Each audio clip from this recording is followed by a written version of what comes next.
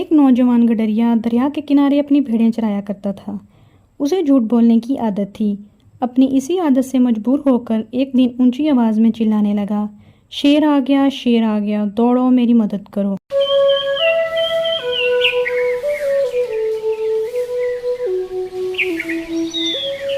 ارد گرد کام کرنے والے لوگ اپنے کلہاڑے اٹھائے دوڑے آئے۔ جب گڈریے کے پاس پہنچے تو وہاں کوئی شیر نہ تھا۔ گڈریا دانت نکالے ہنس رہا تھا۔ لوگوں کے پوچھنے پر کہنے لگا، میں تو تمہیں آزما رہا تھا کہ ضرورت پڑنے پر تم میری مدد کو آتے ہو کہ نہیں۔ ویسے شیر کے لیے تو میں خود ہی کافی ہوں۔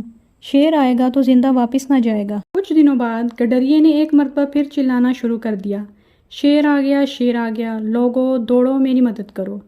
ارد گرد کام کرنے والے لوگوں نے سمجھا کہ ہو سکتا ہے واقعی شیر آ گیا ہو، اس لیے اپنے کلہاڑے اٹھائے گڈریے کی مدد کو پہنچ گئے۔ لیکن گڈریے کے قریب کوئی شیر نہ تھا اور وہ ڈٹائی سے ہنسے جا رہا تھا اور لوگوں کو کہہ رہا تھا، میں تو صرف تم لوگوں کو آزما رہا تھا۔ لوگ ایک مرتبہ پھر اسے برا بھلا کہتے اپنے کھیتوں کو واپس چلے گئے۔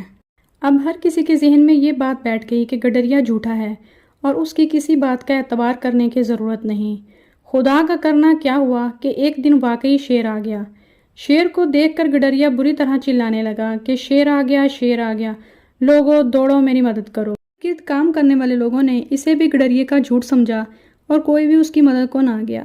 شیر گڈریے اور اس کی بھیڑوں کو کھا گیا۔ گڈریے کو اپنے جھوٹ کی سزا مل چکی تھی اور مفت میں بھیڑوں کی جان بھی چلی گئی۔ اس کہانی سے ہمیں یہ سبق ملتا ہے کہ جھوٹے پر کوئی اعتبار نہیں کرتا۔